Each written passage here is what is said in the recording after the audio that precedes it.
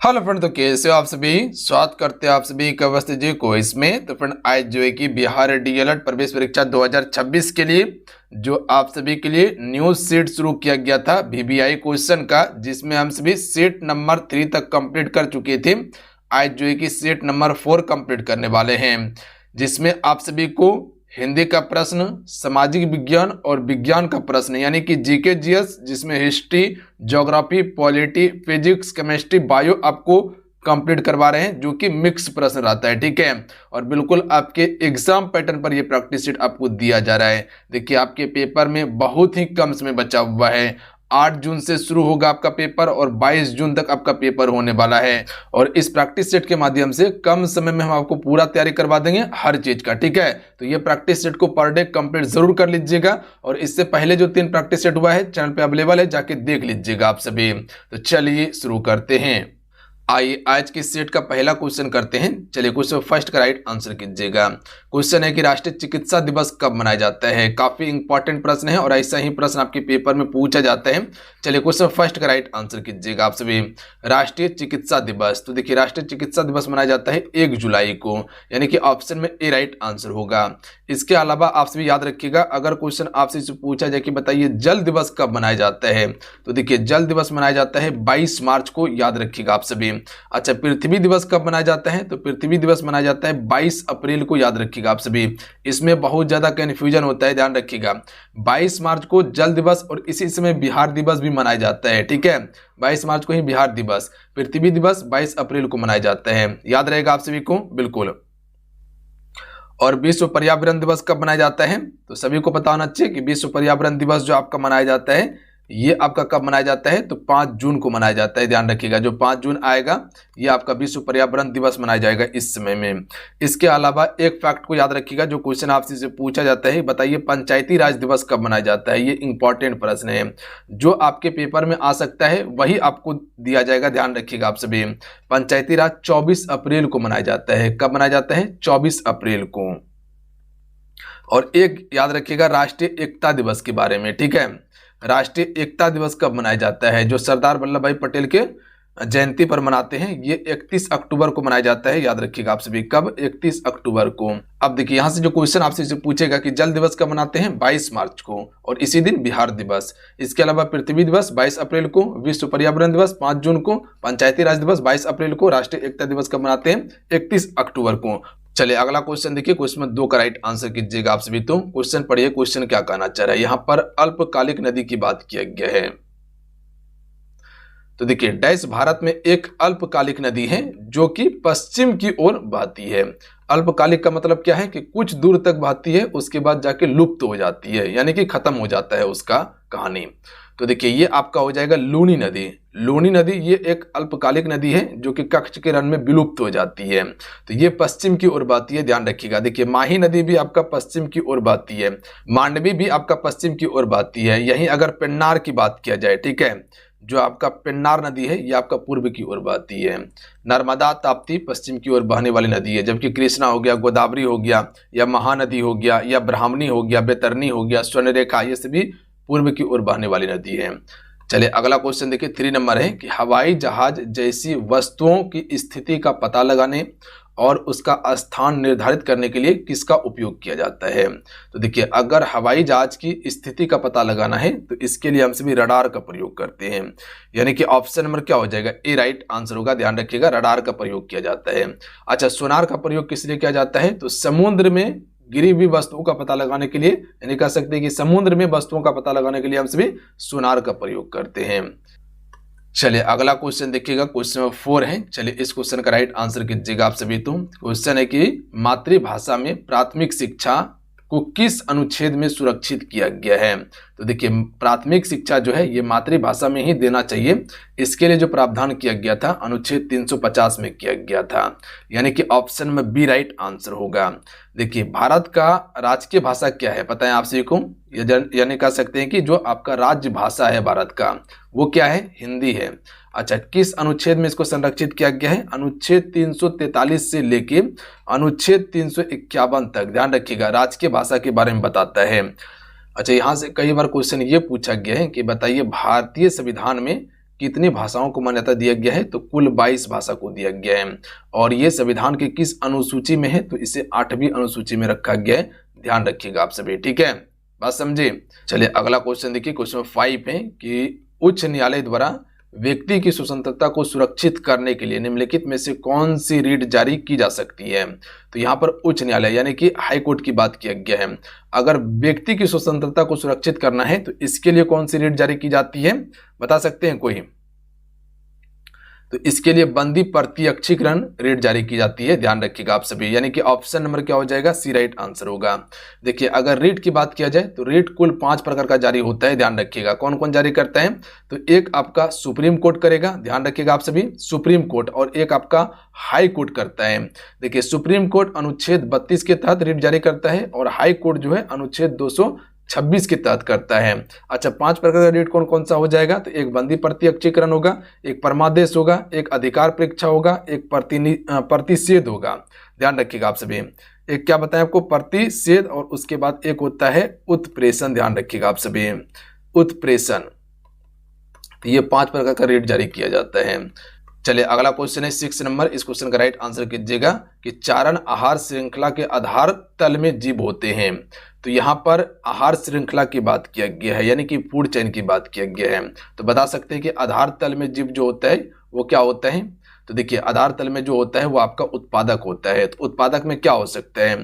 तो उत्पादक में जैसे घास हो सकता है, तो घास क्या है? ये आपका उत्पादक है, बात समझे आप सभी, ये आपका उत्पादक हो गया। जबकि प्रथम उपभोक्ता कौन हो जाएगा? तो प्रथम उपभोक्ता आपका शाकाहारी हो जाएगा। मान लीजिए टिड्डा, ठीक है, टिड्डा क्या है? ये आपका शाकाहारी है, बात समझे आप सभी, टिड्डा आपका क्या है? ये शाकाहारी है। अगर टिड्डा को कह सकते हैं मेढक खा जाता है, कौन खा जाता है? मेढक खा जाता है, तो ये आपका क्या हो जाएगा? मांसाहारी होगा। तो ये प्राथमिक उपभोक्ता हो गया, ये द्वितीय उपभोक्ता हो गया। मान लीजिए अगर मेढक को सांप खा जाता है, सर्प खा जाता है, तो ये आपका तीसरा उपभोक्ता होगा, बात समझे। सांप को मान लीजिए बाज खा गया, ठीक है, तो ये सर्वाहारी होगा, ध्यान रखिएगा आप सभी, जिसको कोई नहीं खाएगा, बात समझे, जिसको कोई नहीं खाएगा। और ये बाद में मर के क्या हो जाएगा? मिट्टी में मिल जाएगा, ध्यान रखिएगा आप सभी, तो वो अपघटक का काम आ जाएगा। तो एक उत्पादक, उसके बाद शाकाहारी, मांसाहारी, अपघटक, यही आपका 4 चरण होता है। उत्पादक में पौधा, शाकाहारी में कह सकते हिरन हो गया, बकरी हो गया, टिड्डा हो गया, मांसाहारी में कह सकते हैं जैसे बाघ हो गया, शेर हो गया, ये सभी मांसाहारी है। अपघटक में जितने भी जीवाणु सब हैं। तो इसका राइट आंसर क्या हो जाएगा? उत्पादक में ऑप्शन में ए, बात समझे। अगला है कि सोडा अम्ल अग्निशामक यंत्र निम्नलिखित में से किसका उपयोग किया जाता है? तो देखिए सोडा अम्ल अग्निशामक यंत्र में किसका उपयोग करते हैं? तो राइट आंसर होगा सोडियम हाइड्रोजन कार्बोनेट का उपयोग करते हैं, ध्यान रखिएगा आप सभी, यानी कि option number B right answer होगा। थार मरुस्थल की सिंचाई करने वाली इंदिरा गांधी नहर का उद्गम कहां से होता है? तो देखिए सबसे बड़ी नहर है, ध्यान रखिएगा, भारत का भी सबसे बड़ी नहर कौन सा है? इंदिरा गांधी नहर, याद रखिएगा आप सभी। तो इसका राइट आंसर हो जाएगा हरिके बैराज से इसका उद्गम होता है, सी राइट आंसर होगा। अगला क्वेश्चन देख लीजिएगा कि भारत में ईस्ट इंडियन कंपनी की सफलता का राज क्या था? देखिए भारत में ईस्ट इंडियन कंपनी की स्थापना कब होता है? 1600 ईस्वी में, ध्यान रखिएगा आप सभी। अच्छा जितने भी मेरे साथ में जुड़े हुए हैं सभी एक बार सेशन को लाइक कर लीजिएगा, सभी से रिक्वेस्ट करेंगे, ठीक है, लाइक जरूर कीजिएगा, अपने दोस्तों में शेयर कीजिएगा। देखिए कल आप सभी को हम गणित का प्रैक्टिस सेट दिए थे, ठीक है, एक सेट हो गया था, आज फिर आपको एक सेट मिल जाएगा, तो उसे कंप्लीट कर लीजिएगा आप सभी।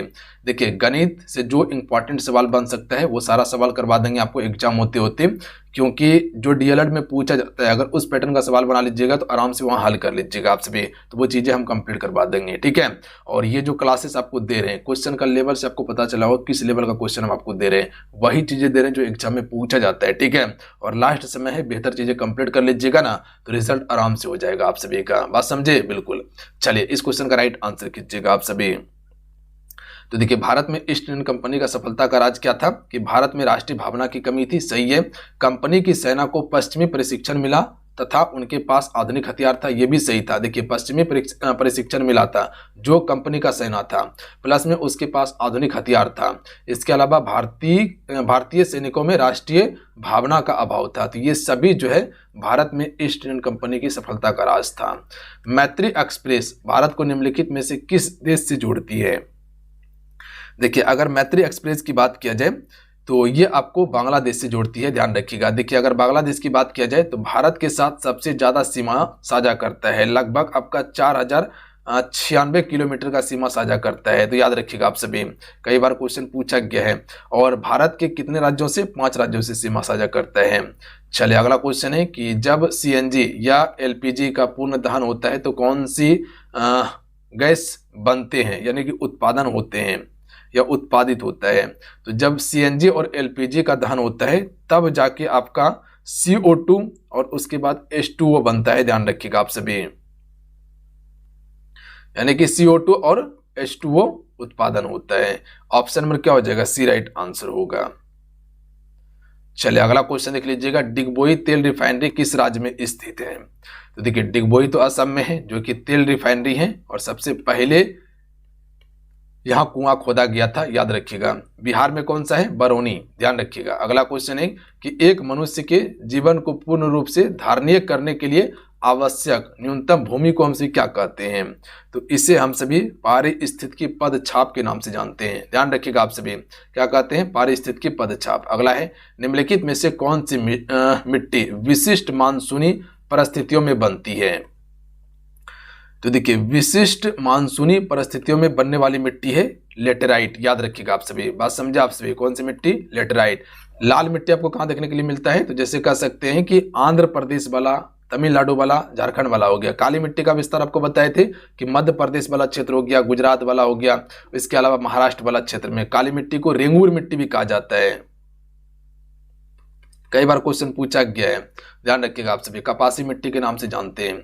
अगला है कि एक भू स्थिर उपग्रह अपनी कक्षा में निरंतर गति करता है, यह अपकेंद्रीय बल के प्रभाव से होता है जो प्राप्त होता है। इसे बता सकते हैं कि जो एक भू स्थिर उपग्रह है, ठीक है, ये अपनी कक्षा में निरंतर गति करते रहता है, तो ये अपकेंद्रीय बल के प्रभाव से होता है जो उससे प्राप्त होता है। तो ये किससे प्राप्त होता है? इसे तो पृथ्वी द्वारा उपग्रह पर लगने वाला गुरुत्वाकर्षण बल से प्राप्त होता है।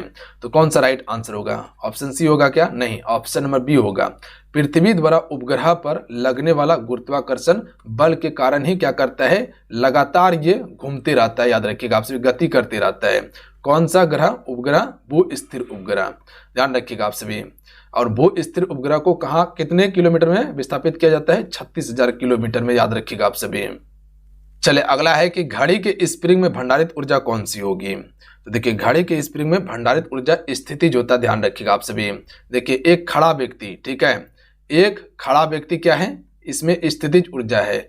एक बांधा हुआ बांध, ठीक है, इसमें स्थितिज ऊर्जा होगा, ठीक है। जबकि बहता हुआ बांध में क्या होगा? यानी कि बहता हुआ पानी में गतिज ऊर्जा होगा। ध्यान रखिएगा, पानी अगर बढ़ रहा है। चलता हुआ हथौड़ा, ठीक है, चलता हुआ हथौड़ा में कौन सा ऊर्जा होगा? तो इसमें गतिज ऊर्जा होगा। ध्यान रखिएगा। अगर हथौड़ा को धरा हुआ है कहीं पे, उसमें स्थितिज ऊर्जा है। बात समझे? कह सकते हैं कि अगर छत से कोई ईंटा फेंक दिए हम, ठीक है, तो वो गतिज ऊर्जा है। छत से अगर ईंटा फेंक दिए तो गतिज ऊर्जा होगा, और वहीं जमीन पे आके रुक गया तो वो स्थितिज ऊर्जा हो जाएगा, ठीक है। तो याद रखिएगा आप सभी।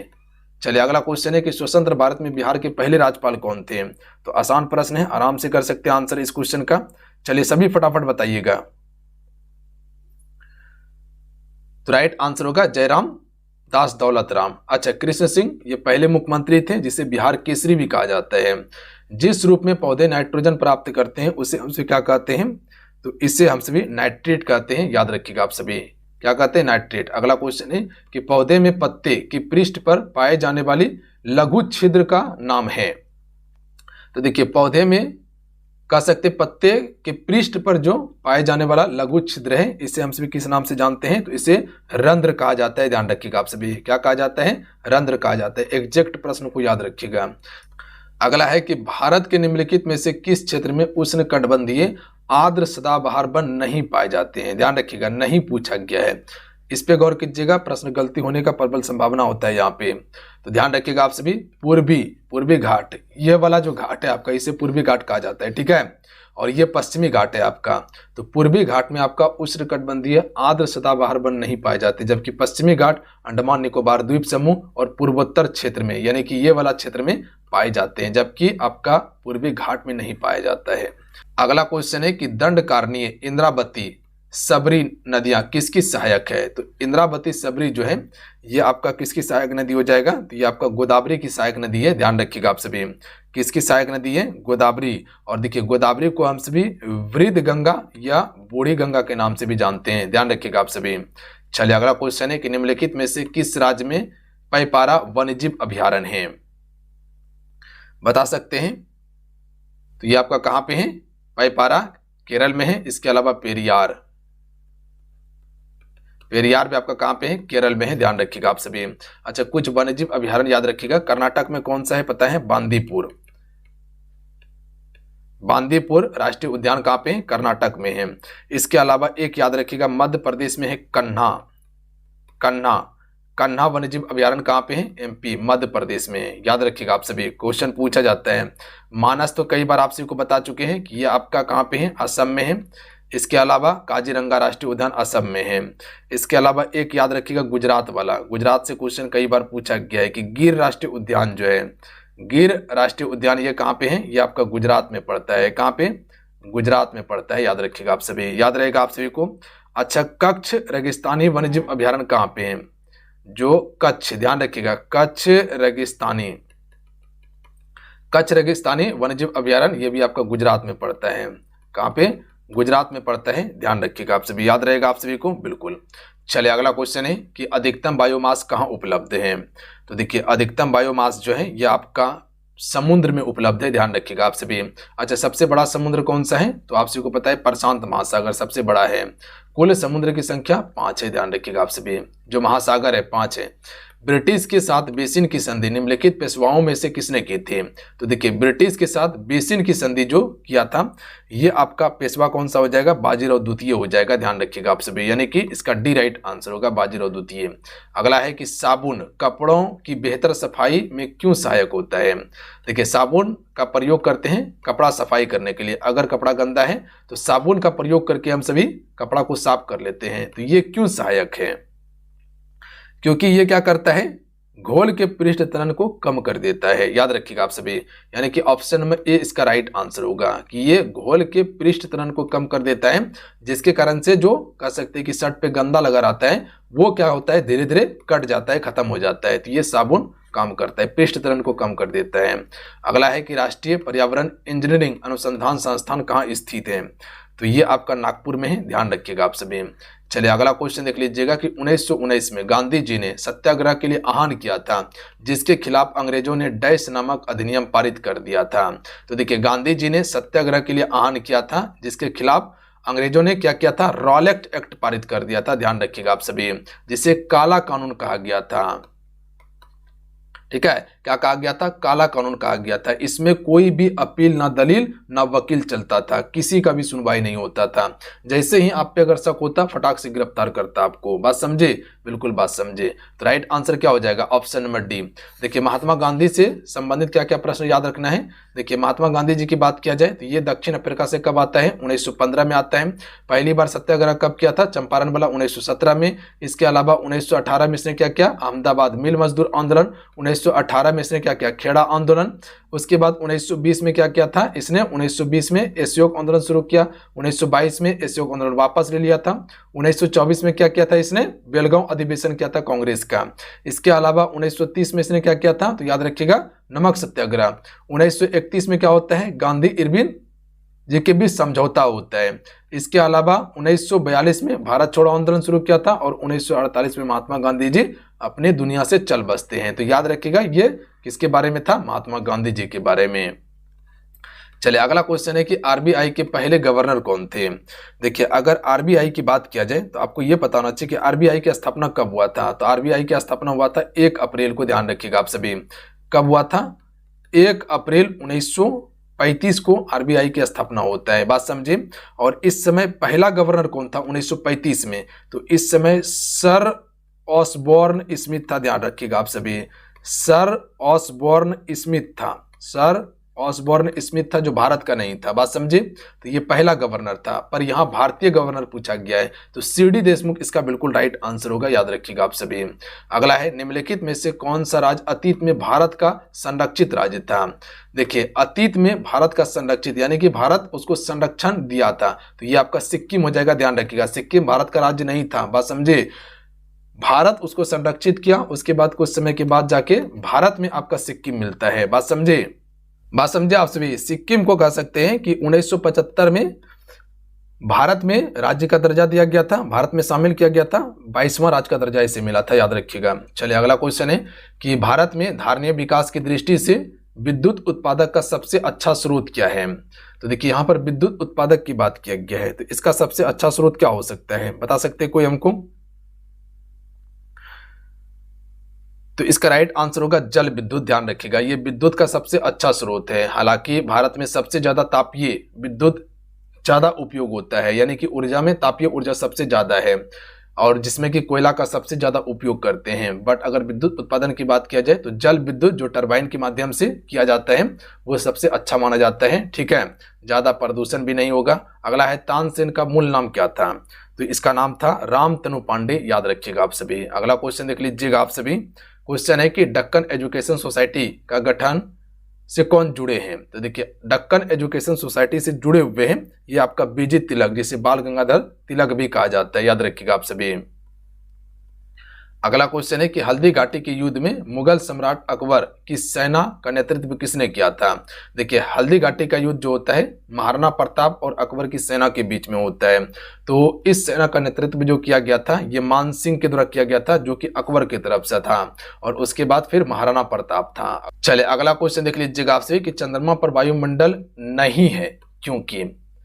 चलिए इसका राइट आंसर क्या होगा। देखिए एक चीज आप सभी समझिएगा, अगर आप सभी एग्जाम देते हैं ना, ठीक है, तो थोड़ा सा एक गौर कीजिएगा कि जो ऑप्शन आपको बड़ा लगे ना उसको पहले प्राथमिकता दीजिएगा, क्योंकि रियर केस में देखे हैं कि जो ऑप्शन बड़ा होता है वो सही होने का प्रबल संभावना होता है। अगर कुछ भी क्वेश्चन के बारे में पता नहीं है ना, ऑप्शन पे ध्यान दीजिए, ऑप्शन जो बड़ा लगे टिक करके निकल दीजिए, क्योंकि इस प्रकार का प्रश्न जल्दी सही हो जाता है। तो ध्यान रखिएगा आपसे, वायुमंडल नहीं होने का कारण क्या है, ऑप्शन में डी राइट आंसर होगा। यहाँ परमाणुओं का पलायन वेग उनके वर्ग मध्य मूल वेग से कम है, जिसके कारण से यहाँ पर वायुमंडल नहीं है चंद्रमा पर। बात समझे आप सभी। क्या बताएं कि परमाणुओं का जो पलायन वेग है उनके वर्ग मध्य मूल वेग से कम होने के कारण यहाँ पर वायुमंडल नहीं है, जबकि पृथ्वी पर है। अगला क्वेश्चन है कि निम्नलिखित में से क्या सूत्रकणकीय गतिविधि के लिए पृष्ठीय क्षेत्रफल को बढ़ाता है। तो इसका राइट आंसर क्या हो जाएगा, अंतःकटक, याद रखिएगा आप सभी, अंतःकटक बढ़ाता है। अगला है, प्लासी के युद्ध के दौरान बंगाल के नवाब के खिलाफ ब्रिटिश गवर्नर ने लड़ाई लड़ी थी। देखिए यहां पर समझिएगा आपसे, प्लासी का युद्ध कब होता है, 1757 में प्लासी का युद्ध होता है। एक होता है बक्सर का युद्ध, बक्सर का युद्ध जो बिहार में लड़ा जाता है, ये कब होता है, 1764 में होता है, याद रखिएगा आप सभी। बात समझे आप सभी। तो यहाँ पर बंगाल के नवाब के खिलाफ जो था ब्रिटिश गवर्नर, ये आपका कौन था, रॉबर्ट क्लाइव, ध्यान रखिएगा आप सभी। हालांकि बंगाल का नवाब हार जाता है और रॉबर्ट क्लाइव जीतता है इसमें, ठीक है। अगला है कि यंग इंडिया पत्रिका निम्नलिखित में से किससे संबंधित है। तो महात्मा गांधी जी से। चलिए अगला क्वेश्चन है कि खराब खाना खाने से क्या होगा। तो देखिए अगर खराब खाना खाते हैं तो खाद्य विषाक्तता हो सकता है, ध्यान रखिएगा, यानी कह सकते हैं कि बीमारी फैल सकता है आपको खराब खाना खाने से, खाद्य विषाक्तता हो सकता है। न्यूटन मीटर मात्रक है, तो ये किसका मात्रक है, ऊर्जा का, याद रखिएगा आप सभी। न्यूटन मीटर किसका मात्रक है, ऊर्जा का मात्रक है। अगला क्वेश्चन है कि राष्ट्रीय खाद्य सुरक्षा अधिनियम, इंपॉर्टेंट प्रश्न है, ध्यान रखिएगा आप सभी। राष्ट्रीय खाद्य सुरक्षा अधिनियम किस वर्ष पारित किया गया था। तो ये आपका 2013 में पारित किया गया था, ठीक है। चलिए क्षुद्र ग्रह किनकी कक्षाओं के बीच पाए जाते हैं। देखिए ये आपका क्या है, ये आपका सूरज है, सूरज देवता है अपना, जो सौर मंडल का क्या है, कह सकते हैं मुख्य केंद्र है ये, यानी कह सकते हैं कि सौर मंडल का बाबू, ठीक है। ये आपका क्या है, ये सूर्य है, यहाँ एक बुध ग्रह चक्कर लगाता है। इसके अलावा एक ग्रह होता है शुक्र, यहाँ चक्कर लगाता है। इसके अलावा यहाँ एक होता है पृथ्वी चक्कर लगाता है। इसके अलावा एक ग्रह होता है मंगल जो यहाँ चक्कर लगाता है, और उसके बाद एक ग्रह यहाँ होता है बृहस्पति, ठीक है। और इसी के बीच में आपको देखने के लिए मिल जाता है क्षुद्र ग्रह। बात समझे आप सभी। क्षुद्र ग्रह इसी के बीच में आपको देखने के लिए मिलता है, यानी कि मंगल और बृहस्पति के बीच में। तो इसका राइट आंसर क्या होगा? मंगल बृहस्पति। देखिए सौरमंडल का सबसे बड़ा ग्रह कौन सा है? बड़ा ग्रह आपका बृहस्पति है। मंगल को लाल ग्रह कहते हैं, ध्यान रखिएगा आप सभी, बात समझिए आप सभी। अगला है, निम्नलिखित में से कौन सा उपकरण आर्किमिडीज सिद्धांत पर आधारित है? राइट आंसर हो जाएगा हाइड्रोमीटर। ये आर्किमिडीज के सिद्धांत पर आधारित है, ध्यान रखिएगा, हाइड्रोमीटर। देखिए हाइड्रोमीटर का प्रयोग करते हैं घनत्व को मापने के लिए, याद रखिएगा आप सभी। अगला है कि डैश का ऑक्साइड जल में घुलने पर नीले लिटमस को लाल कर देगा। तो ये कौन लाल कर देगा बताइएगा आप सभी। तो इसका राइट आंसर हो जाएगा सल्फर, ध्यान रखिएगा। देखिए सल्फर का ऑक्साइड जल में घुलने पर जो नीला लिटमस होता है इसको लाल कर देगा। अगला क्वेश्चन है कि वह क्षेत्र जिसके अंतर्गत गतिविधियों में प्राकृतिक संसाधन का शोषण होता है उसे डैश कहा जाता है। तो देखिए अगर प्राकृतिक संसाधन का शोषण हो रहा है तो ये आपका प्राथमिक क्षेत्र के अंतर्गत आता है, ध्यान रखिएगा आप सभी। अगला क्वेश्चन है कि कौन से उपकरण विद्युत चुंबकीय शक्ति पर निर्भर करता है? तो इसका राइट आंसर हो जाएगा पंखा करता है, टेलीफोन रिसीवर करता है, इसके अलावा डायनेमो करता है। तो ये सभी हो जाएगा। अगला क्वेश्चन है कि निम्नलिखित में से कौन सी वस्तु बिहार के भौगोलिक संकेत यानी कि GI के रूप में पंजीकृत नहीं किया गया है? तो देखिए बिहार का अगर बात किया जाए तो इसमें जो मूंगा रेशा है इसको GI टैग नहीं मिला है, जबकि बिहार का जर्दालू आम को GI टैग दिया गया है, कटनी धान को दिया गया है और मगही पान को दिया गया है, जबकि मूंगा रेशम को नहीं दिया गया है GI टैग। अगला है कि अवशोषण के दौरान डायाफ्राम डैश बन जाता है। तो देखिए जब अवशोषण की प्रक्रिया होता है तो इस समय डायाफ्राम जो होता है ये आपका गुंबद के आकार का हो जाता है, याद रखिएगा आप सभी। किस प्रकार का? गुंबद के आकार का। अगला है कि निम्नलिखित में से किस गैस को वायुमंडलीय प्रदूषक माना जाता है? तो SO2 जिसे सल्फर डाइऑक्साइड कहा जाता है। चलिए अगला है कि अमृत बाजार पत्रिका की स्थापना की थी। तो इसकी स्थापना किसने की?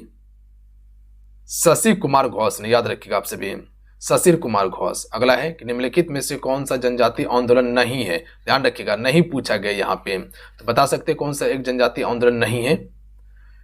तो राइट आंसर होगा फकीर एवं सन्यासी विद्रोह। ये जनजातीय विद्रोह नहीं है, ध्यान रखिएगा। जबकि भील आंदोलन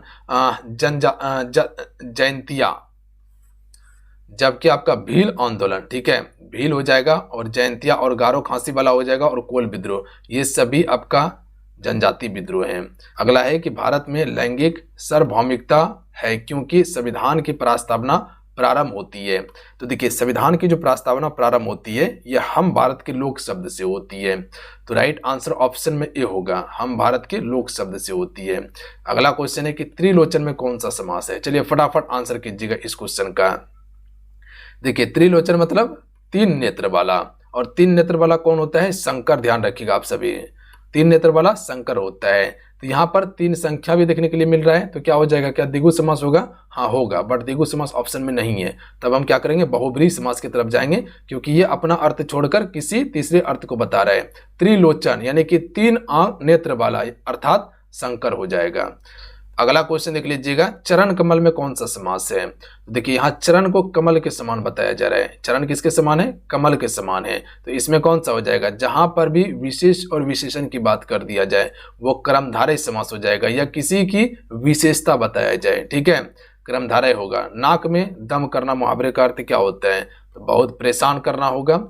चलिए अगला क्वेश्चन है कि सिर पर चढ़ना मुहावरे का अर्थ क्या होगा? बता सकते हैं। देखिए हिंदी वाला जो सेक्शन है, ठीक है, स्पेशल आपको एक मास्टर वीडियो प्रोवाइड कर दिए हैं जिसमें लगभग 250 महत्वपूर्ण प्रश्न आपको टॉपिक वाइज करवाए, ध्यान रखिएगा आप सभी, ठीक है, टॉपिक वाइज आपको करवाए हैं। और जिस जिस टॉपिक से प्रश्न पूछे जाते हैं वो सारा टॉपिक आपको हम कंप्लीट करवा दिए हैं। तो अगर नहीं देखे देख लीजिएगा, लिंक डिस्क्रिप्शन में मिल जाएगा, अन्यथा चैनल पे विजिट कर लीजिएगा, चैनल पे जाइएगा, वीडियो सेक्शन में जाके देख लीजिएगा, वहां आपको मिल जाएगा, ठीक है, कल ही दिया गया है आपको। सिर पर चढ़ना मुहावरे का अर्थ क्या होता है? अधिक लार करना या लार प्यार करना। सिर पर चढ़ाना मुहावरे का अर्थ यही होता है, अधिक लार प्यार करना।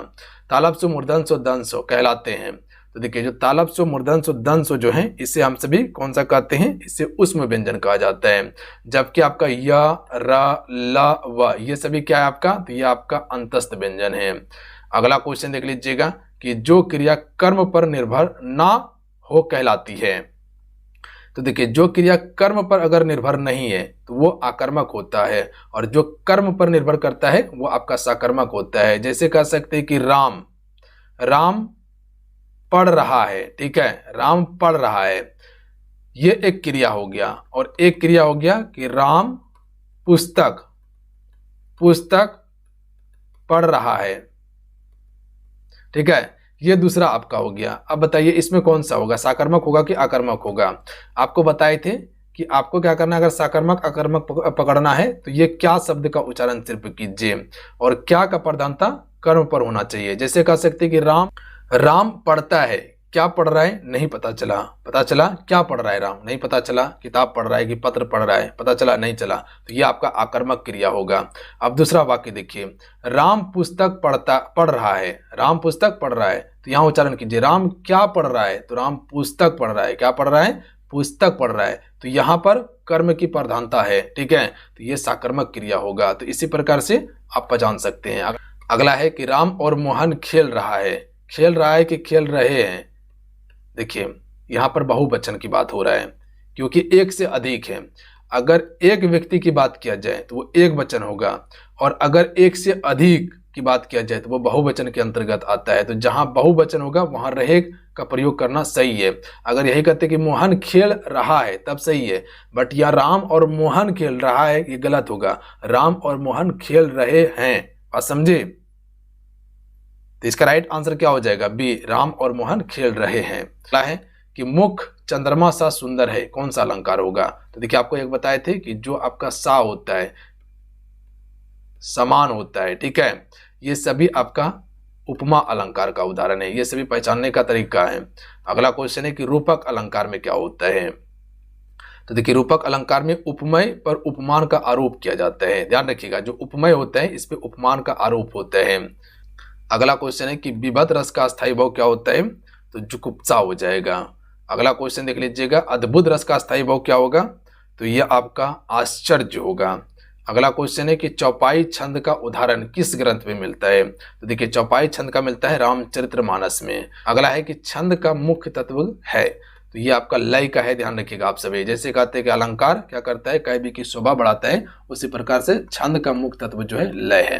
तो चलिए आज कितना ही, आज की इस सेट में कुल 65 क्वेश्चन कंप्लीट करवाए हैं। आज का सेट कैसा लगा नीचे कमेंट करके जरूर बताइएगा आप सभी। इससे पहले जो 3 सेट हो चुका है उसे कंप्लीट कर लीजिएगा।